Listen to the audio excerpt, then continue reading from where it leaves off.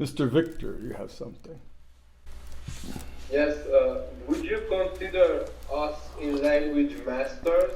Or mastery is because I heard you say like mastery is a relative thing. You are a master because you're much better than other people. But it's also a skill that I can use language in a very quick, instantaneous way. I understand what you are saying straight away, perfectly, and I needed to have decades of practice. Yes, yes. No, I wouldn't. Like I said, some things like chewing food. I don't know how we would measure that, but no, I wouldn't. I would say that if you're at language. You're talking about language, right? You're a master with language if you can do what other people can't do. I mean, you're so facile with it. You're so quick-witted with it. You're so on top of it. You do language like William Shakespeare. See, I don't know how hard he had to work at it or anything like that, but see, he in the English language, he did stuff where the meaning was like 3 different possibilities there, and he meant them all. Because then he would hook it up and then do. I mean, he was really good like that, and pretty much nobody is that good. Laura is really good in this kind of way. See, a step out, at least, from the norm. Not just being able to comprehend language, but obviously the way you use it. You're doing something other people aren't doing. See, so also, being able, like for example, you say, being better than others. That's not the sole criteria in my mind. There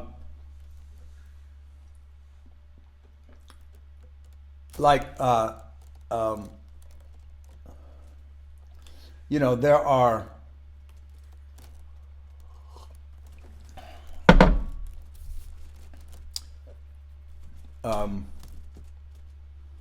people might, big, strong, brute guy, blah, blah, blah, is incredibly determined. Okay, good. And he wins fight after fight. So he beats everybody.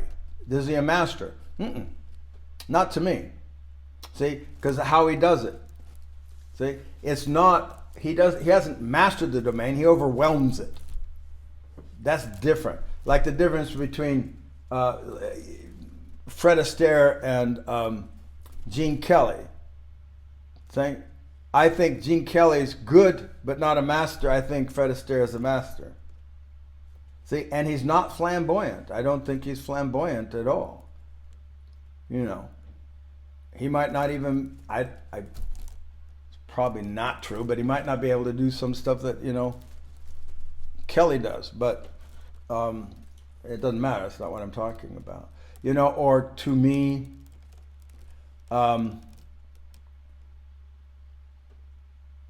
Joe Montana.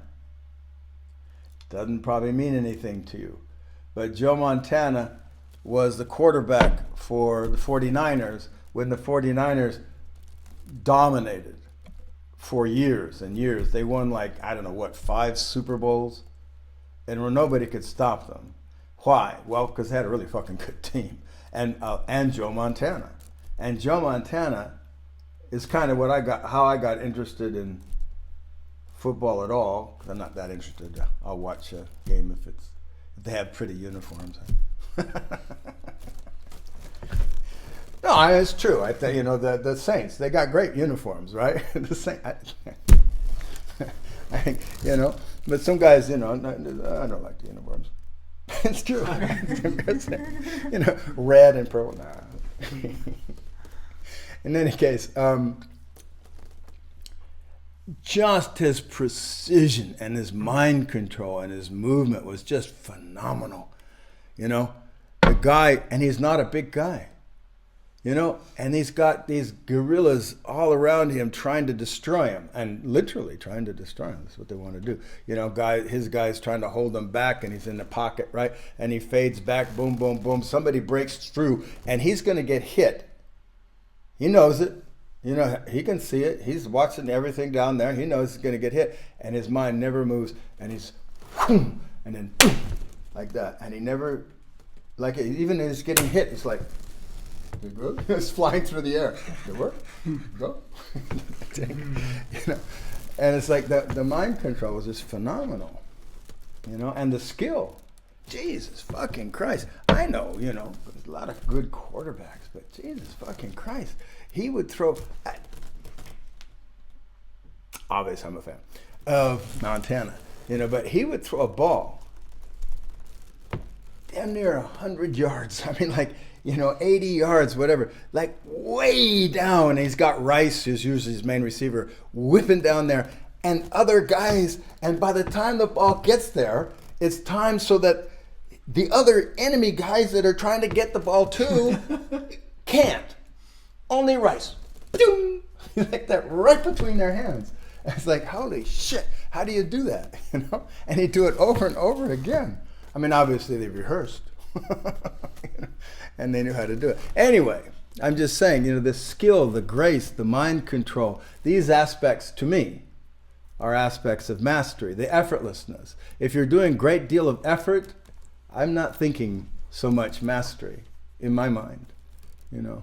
When I used to fight in my younger days, even, I said, graceful. If you can't do it gracefully, you're not good enough. Daniel? Was there a certain point in your own development where you clearly recognized, okay, now I'm a master? And what was the sort of the shift that happened to you from being really, really good to becoming a master? Yeah, see, when the angels came down from heaven and the light shined on me and the song came up in a thunderous roar, yes, I'm a master. No, I didn't, no.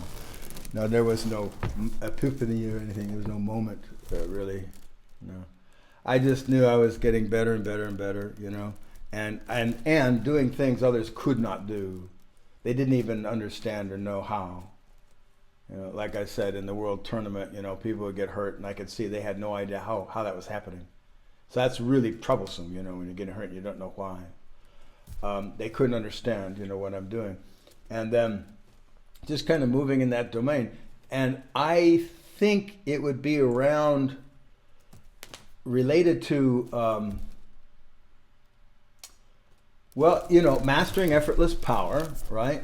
And then the Huan Sheng and body being, and you know, technical. But I think really I would attribute it more when every time I could manage my opponent with ease and I was comfortable doing it, kind of thing. You see the direction there? See, like it wasn't a question, it wasn't a battle. You see? It wasn't like, oh God, I gotta fight my way out of this. It was like, no, okay, here you go, here, sit down, boom, okay, here you go, boom. You know, more like that-ish. But like, you know, Corbett, Gentleman Jim Corbett. See, I had no idea the guy he beat, Sullivan. See, Sullivan was the first boxer, the first, you know, world champion boxer. The reason he is the first world champion boxer is because he said so. He says, I'm the best in the world. All right. And he says, I will beat anybody. And he did. So, you know, he became the first world champion and nobody else beat him until Corbett. And then Corbett beat him. But Corbett, see, because Sullivan was fighting, you know, real get hit, tough guy, big guy. And Corbett was not a big guy. He's a dancer. He'd move around like that. And he was the first guy to beat him because nobody did that, you know, at that time. But I got to see film. You mean Sullivan or Corbett? Corbett, the dancer. Corbett's the dancer and Sullivan was the world champion. The brute. Okay. Yeah. Well, then Corbett was the world champion. He was the second world champion because he beat Sullivan, saying nobody could have did it, but he did it by dodging and moving, see? And that kind of tradition before that was just pound each other until somebody dropped. That, by the way, was called a round. No kidding. There was not time on the rounds.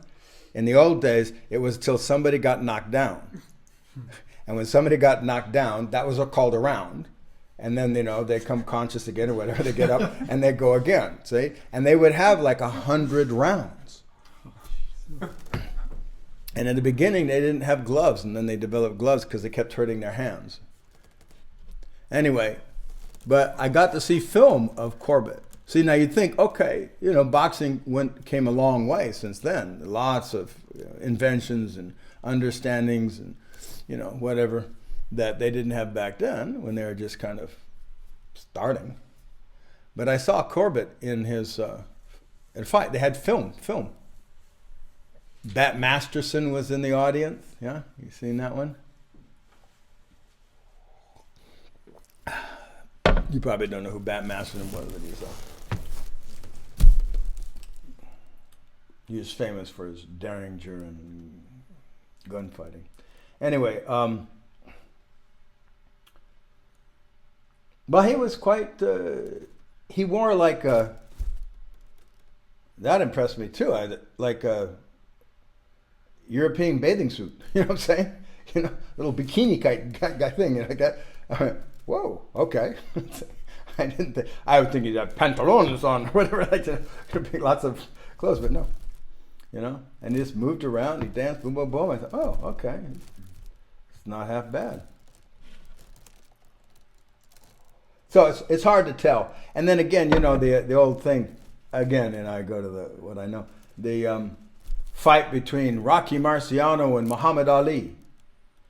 See, and so they had computers do Rocky Marciano. Well, when in the boxing gym I was at, they had the record of Rocky Marciano up on the wall, up high, and Muhammad Ali and, a couple others, right? Really famous guys, right? Their record, you see, so you could kind of emulate them and get a sense what about it. See, and so they had a computer say, try to, okay, if those two guys fought, knowing, filling with the data that they have, who would win? Well, of course, it's impossible to say, Yeah. Really, but I would imagine that Muhammad Ali would have won. See, but the one problem with the computers can only relate to data, and Marciano never lost. You understand? See, he didn't fight as much either. He retired early, smart guy, okay, and he never lost. So his record is perfect. Muhammad Ali lost 3 times. So you see, what's a computer going to say about that? Well, let's see, this guy's perfect, this guy's not, who's going to win? See, I don't think that the data, you understand, see, I don't think it could do it properly. They would have to ignore records and just fighting style or relations, and it's very hard. I don't know how they do it. In any case, so the computer said no, Marciano would have won, but I think it's rigged. The computer can't do anything else. Here's an unbeaten guy. It's like, okay, all right. Chances are he's not going to be beaten. How do you do that? You can't do that. Anyway, and heart's involved. I imagine that Marciano had a lot of heart. Seemed like it, but Ali definitely did. One fight he had with Norton, and Norton had a weird, just loopy, boom, boom, throwing thing. And Ali happened to be talking and taunting him at the time, because that was the thing he did, to get his opponents upset and angry, so he had an advantage. Anyway, he got caught, and it broke his jaw. It broke his jaw. Just a few rounds in, he finished the fight. He wouldn't stop fighting with a broken jaw.